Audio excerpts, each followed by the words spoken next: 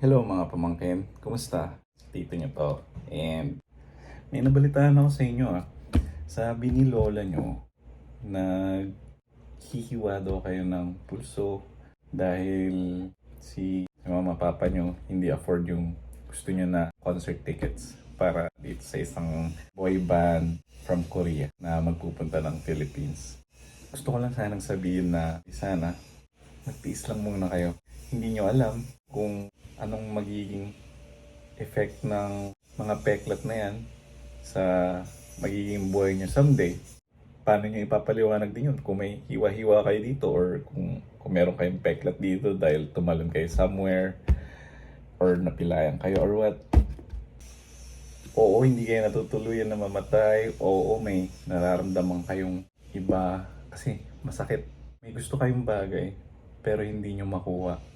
May gustong gusto kayong bagay ngayon na feeling nyo napaka-importante talaga na makuha nyo.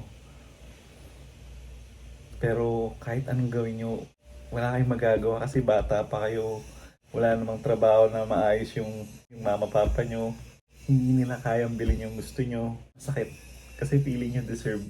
Feeling nyo hindi dapat ganito. Nakikita nyo naman yung ibang mga tao sa Facebook, sa Instagram or what. Nakukuha nila yung gusto nila pero ikaw hindi mo nakukuha.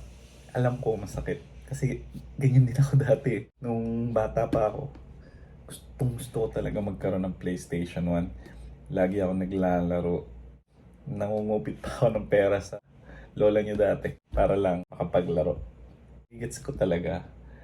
May time na sobrang sama na ng loob ko. Hindi ko na pinapansin yung lola niyo for more than a year.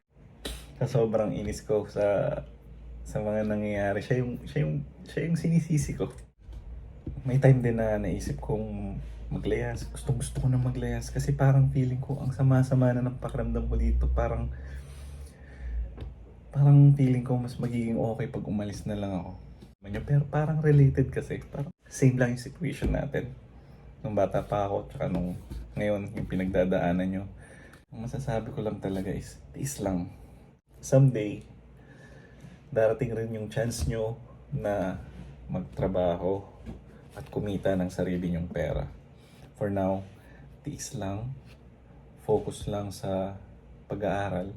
Pilitin nyong huwag muna magpamilya. Napakahirap magpamilya nang hindi mo pa na-attain lahat ng gusto mo.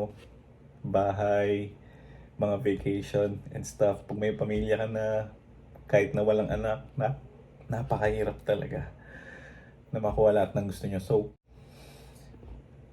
nandito lang ako. Pwede nyo akong kausapin. Kahit anong gusto nyo. Huwag lang concert ticket, please.